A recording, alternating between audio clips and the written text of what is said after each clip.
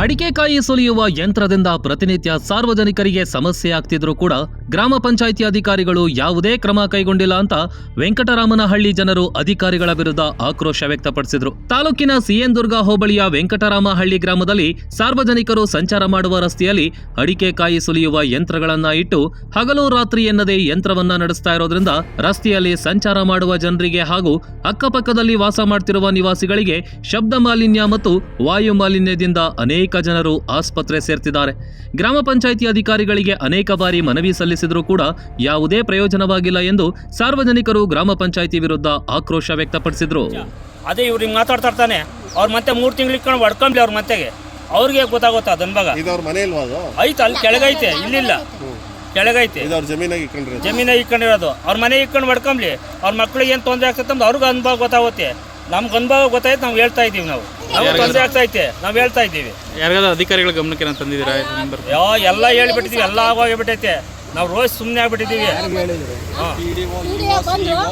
ಎಲ್ಲ ಹೇಳಿದ್ದೀವಿ. ಇಲ್ಲಿ ನಿಮ್ಮ ಮೆಂಬರ್ಗಳು ಯಾರಾದ್ರು? ಎಲ್ಲರಿಗೂ ಗೊತ್ತು.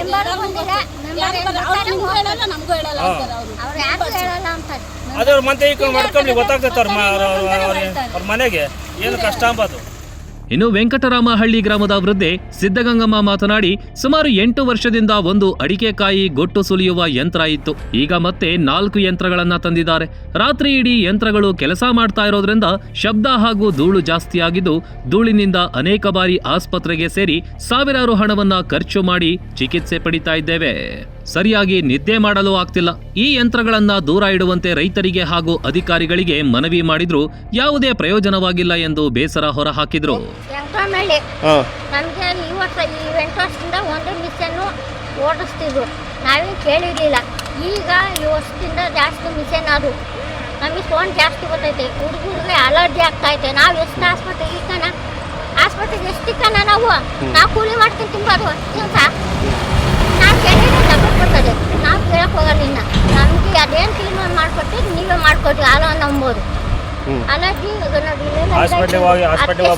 ನಾವು ಅದಕ್ಕೆಷ್ಟು ಕಣ ಇವಾಗ ಕೆಮ್ತಲ್ಲ ನೋಡಿ, ಮಕ್ಕ ಆಗಿರೋದು ಹಂಗಾಗೈತೆ. ನಾವು ಕುತ್ಕೊಳಕ್ಕಾಗಲ್ಲ. ಶಬ್ದ 4 ಗಂಟೆಗೆ ಸ್ಟಾರ್ಟ್ ಮಾಡ್ತಾರೆ. 4 ಗಂಟೆಗೆ ಏನ್ ಮಾಡ್ತಾರೆ. ನಮಗೆ ಕೆಮ್ಮುಗಳು, ಧೂಳು ಅಲರ್ಜಿ ಆಗೈತಿ. ನಮಗೆ ಹಾಸ್ಪಿಟಲ್ ಕರ್ಕೊಂಡು ಅವ್ರ ಬದುಕಿಗೆ ಹೋಗೋ. ನಾವು ಒಂದು ದಿನ ನಾವು ಯಾಕೆ ಅಂತ ಕೇಳಿದ್ರೆ ತಂದ್ಬಿಟ್ಟು ಇಲ್ಲ 5-6 ಇಕ್ಕೆನ ನಮಗೆ ಅಲರ್ಜಿ ಮಾಡಾಕಿದ್ರು. ಕೇಳಿಕ್ಕೆ ಗಲಾಟೆ ಬಂದ್ವು. ಆಮೇಲೆ ಗಲಾಟಿಗೆ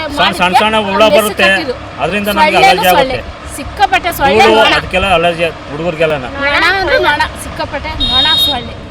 ಇನ್ನು ಇದೇ ಗ್ರಾಮದ ಯುವಕ ಸುದೀಪ್ ಮಾತನಾಡಿ, 8 ವರ್ಷಗಳ ಹಿಂದೆ ಒಂದು ಯಂತ್ರಕ್ಕೆ ಪರವಾನಗಿ ಪಡೆದು ಈಗ ಮತ್ತೆ 4 ಅಡಿಕೆ ಗೊಟ್ಟು ಸುಲಿಯುವ ಯಂತ್ರಗಳನ್ನ ಬಳಸ್ತಿದ್ದಾರೆ. ಅಕ್ಕಪಕ್ಕದವರು ವೈಯಕ್ತಿಕ ದ್ವೇಷದಿಂದ ಇಂತಹ ಆರೋಪ ಮಾಡ್ತಿದ್ದಾರೆ. ಗ್ರಾಮ ಪಂಚಾಯಿತಿಯಿಂದ ಪರವಾನಗಿ ಪಡೆದು ಅಡಿಕೆಕಾಯಿ ಸುಲಿಯುವ ಯಂತ್ರವನ್ನ ತಂದಿರೋದು ಅಂತ ಅನೇಕ ಬಾರಿ ಗ್ರಾಮ ಪಂಚಾಯಿತಿ ಇಒ ಹಾಗೂ ವಾಯುಮಾಲಿನ್ಯ ಅಧಿಕಾರಿಗಳಿಗೆ ಲಿಖಿತ ಮೂಲಕ ದೂರು ನೀಡಿ ಮನವಿ ಮಾಡಿದ್ರೂ ಪ್ರಯೋಜನವಾಗಿಲ್ಲ ಎಂದಿದ್ದಾರೆ. ನಾನು ಫಸ್ಟು ಇವರು 2000 ಇಸ್ವಿಲಿ ಸುಮಾರು ಒಂದು 10 ವರ್ಷದಿಂದ ಹೊಡಿತಾವ್ರೆ. ಫಸ್ಟು ಲೈಸೆನ್ಸ್ ತಗೊಂಡಿದ್ದು ಒಂದು ಮಿಷಿನ್ಗೆ. ಆ ಲೈಸೆನ್ಸು ಪಕ್ಕದ ಜಮೀನಲ್ಲಿ ತಗೊಂಡವ್ರೆ. ಅದು ರಂಗಪ್ಪ ಅವ್ರ ಹೆಸರಲ್ಲಿ ಫಸ್ಟು ಲೈಸೆನ್ಸ್ ಇತ್ತು. ಅದನ್ನು ಫೋರ್ಜರಿ ಮಾಡ್ಕೊಂಡು ಬಿತ್ತು. ಈ ಜಮೀನು ಡಾಕ್ಯುಮೆಂಟ್ ಕೊಟ್ಟಿಲ್ಲ. ಊರೊಳಗೆ ಗ್ರಾಮ ಠಾಣದ ಡಾಕ್ಯುಮೆಂಟ್ ಕೊಟ್ಟು ಲೈಸೆನ್ಸು ಮತ್ತು NOC ತಗೊಂಡವ್ರೆ. TCನೂ ಅಷ್ಟೇ, ಈ ಕಮರ್ಷಿಯಲ್ TCನೂ ಊರೊಳಗೆ ಡಾಕ್ಯುಮೆಂಟ್ ಕೊಟ್ಟು TC ಇಸ್ಕೊಂಡವ್ರೆ. ವಿತ್ 8 ವರ್ಷದಿಂದ ಅವರು PDO ಅವ್ರನ್ನ ಕೇಳಿದ್ರೆ ಒಂದು ಸತಿನೂ ರಿನ್ಯೂವಲ್ ಆಗಿಲ್ಲ ಅಂತಾರೆ. ಜನರಲ್ ಲೈಸೆನ್ಸ್ ಮತ್ತು NOC ವರ್ಷಕ್ಕೊಂದು ಸತಿ ರಿನ್ಯೂವಲ್ ಆಗಬೇಕು. ಮತ್ತು ಈ ಧೂಳಿಂಟ ಅಪ್ ಟು ಕ್ಯಾನ್ಸರ್ವರೆಗೂ ಸ್ಪ್ರೆಡ್ ಆಗ್ತಾಯಿದೆ. 3 ಮನೆಯವರು ಮಂತ್ಲಿ ಒಂದು ಸತಿ ಕಂಪಲ್ಸರಿ ಹಾಸ್ಪಿಟಲ್ಗೆ ಹೋಗಲೇಬೇಕು. ಇದು ಹಾಸ್ಪಿಟಲ್ ರಿಪೋರ್ಟ್ ಎಲ್ಲ ಪೂರ್ತಿ ಗೌರ್ಮೆಂಟ್ ಹಾಸ್ಪಿಟಲ್ ಐತೆ. ಮತ್ತು ಇದು ಸೌಂಡಿಂಟ ಜಾಸ್ತಿ ಕಿವಿ ಕೇಳ್ದಲ್ಲೇ ಆಗ್ತಾಯಿದೆ. ನಾವು up to PDO into EO CO ವಾಯು ಮಾಲಿನ್ಯ ನಿಯಂತ್ರಣ ಮಂಡಳಿವರೆಗೂ ಪಬ್ಲಿಷ್ ಮಾಡಿಸಿದ್ವಿ. ಬಟ್ ಏನೂ ಸೂಕ್ತ ಕ್ರಮ ಕೈಗೊಂಡಿಲ್ಲ. PDO ಮೇ ಬಿ ಸಮಥಿಂಗ್ ಇರ್ಬೋದು, ಗೊತ್ತಿಲ್ಲ. ಯಾಕೋ ಇಷ್ಟು ದಿನ ಲೇಟ್ ಮಾಡ್ತಾವ್ರೋ ಅದು ಅವರೇ ಉತ್ತರ ಕೊಡಬೇಕಾಗುತ್ತೆ. KEBನವ್ರಿಗೂ ಅಲ್ಲೇ ಹೇಳಿ ಬಂದಿದ್ದೀವಿ. ಏನು ಮಾಡಿದ್ರು ಇದು ಸಮಸ್ಯೆ ಬಗೆಹರಿಸ್ತಾ ಇತ್ತು ಸರ್. ಎಲ್ಲ ನೀವೇ ನೋಡಿದ್ರೆ ಅದೇ ಸರ್, ಡಸ್ಟು ಈಗ ಧೂಳಿಂಟನೇ ಕೆಮ್ಮು ಬರ್ತೈತೆ. ಅದರಿಂದ ಸೊಳ್ಳೆ ಇಂಟ, ಸಿಪ್ಪೆ ಇಂಟ, ಡೆಂಗ್ಯೂ, ಮಲೇರಿಯಾ ತಗ ಅಲ್ಲಿಂದ ತಗ ಬರ್ತೈತೆ. ಟೈಫಾಯ್ಡ್ ಎಲ್ಲ ಬಂದೇವೆ, ರಿಪೋರ್ಟ್ ಎಲ್ಲ ಅವೆ. ಇನ್ನು ತೋವಿನಕೆರೆ ಪಿಡಿಒ ಲಕ್ಷ್ಮೀನಾರಾಯಣ್ ಮಾತನಾಡಿ ವೆಂಕಟರಾಮನಹಳ್ಳಿ ಗ್ರಾಮದಲ್ಲಿ ಅಡಿಕೆಕಾಯಿ ಸುಲಿಯುವ ಯಂತ್ರದಿಂದ ಸಾರ್ವಜನಿಕರಿಗೆ ಸಮಸ್ಯೆ ಆಗ್ತಿದೆ ಅಂತ ದೂರು ಬಂದ ಮೇಲೆ ಸ್ಥಳಕ್ಕೆ ಭೇಟಿ ನೀಡಿ ಬೇರೆ ಕಡೆ ಸ್ಥಳಾಂತರ ಮಾಡುವಂತೆ ತಿಳಿಸಲಾಗಿತ್ತು. ಇದರ ಸಂಬಂಧವಾಗಿ ಬೆಸ್ಕಾಂ ಅಧಿಕಾರಿಗಳಿಗೂ ಪತ್ರ ಬರೆಯಲಾಗಿದೆ. ಮತ್ತೆ ಸ್ಥಳಕ್ಕೆ ಬೆಸ್ಕಾಂ ಅಧಿಕಾರಿಗಳ ಜೊತೆ ಭೇಟಿ ನೀಡಿ ಅಗತ್ಯ ಕ್ರಮ ಕೈಗೊಳ್ಳಲಾಗುವುದು ಅಂತ ತಿಳಿಸಿದ್ದಾರೆ. ವೆಂಕಟರಾಮನಹಳ್ಳಿ ಗ್ರಾಮದಲ್ಲಿ ಈ ಒಂದು ಅಡಿಕೆ ಸುಲಿಯುವ ಯಂತ್ರ ಈ ಒಂದು ಸಮಸ್ಯೆ ಇದ್ದು ಈ ಒಂದು ಸ್ಥಳಕ್ಕೆ ನಾನು ಖುದ್ದಾಗಿ ಪರಿಶೀಲನೆ ಮಾಡಿ ಅವ್ರಿಗೆ ತಿಳಿ ಹೇಳಿದ್ದು ಸಹ ಅವರು ಸ್ಪಂದಿಸ್ತಾ ಇದ್ದಾಗ ನಾನು ನೋಟಿಸ್ ಕೊಟ್ಟಿದ್ದೀನಿ. ನೋಟಿಸ್ ಕೊಟ್ಟು ಮತ್ತು ಏನೋ ಸದರಿಯವರ ಕಡೆಯಿಂದ ಉತ್ತರ ಇನ್ನು ನಿರೀಕ್ಷೆ ಮಾಡ್ತಾಯಿದ್ದೀವಿ.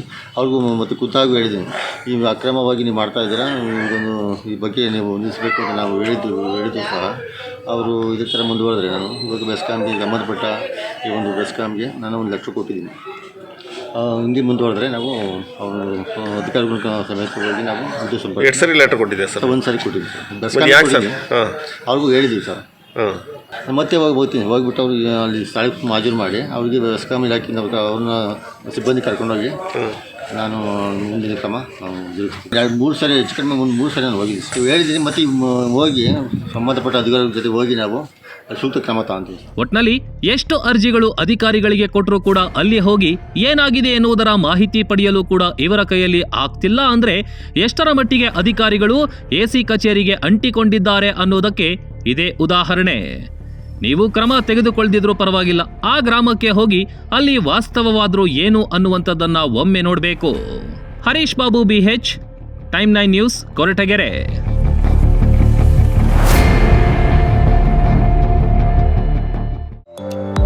ಉತ್ತಮ ಗುಣಮಟ್ಟದ ಅಡುಗೆ ಸಾಮಗ್ರಿಗಳನ್ನ ಖರೀದಿಸಬೇಕಾ?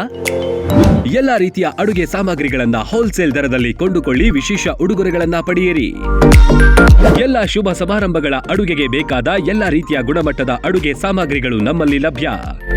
ಅಕ್ಕಿ, ಅಡುಗೆ ಎಣ್ಣೆ, ಬೇಳೆ, ಗೋಧಿ, ಡ್ರೈ ಫ್ರೂಟ್ಸ್, ಇನ್ನು 10 ಹಲವು ರೀತಿಯ ದಿನಬಳಕೆ ವಸ್ತುಗಳು ಹೋಲ್ಸೇಲ್ ದರದಲ್ಲಿ ದೊರೆಯುತ್ತೆ. 1,000 ರೂಪಾಯಿ ವಸ್ತುಗಳನ್ನ ಖರೀದಿಸಿದ್ರೆ ಹೋಮ್ ಡೆಲಿವರಿ ಉಚಿತ. ಮತ್ಯಾಕೆ ತಡ, ಇಂದೇ ಭೇಟಿ ನೀಡಿ.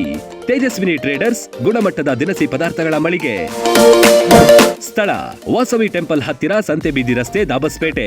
ಹೆಚ್ಚಿನ ಮಾಹಿತಿಗಾಗಿ ಸಂಪರ್ಕಿಸಿ 9901468568 ಮತ್ತು 8904054710.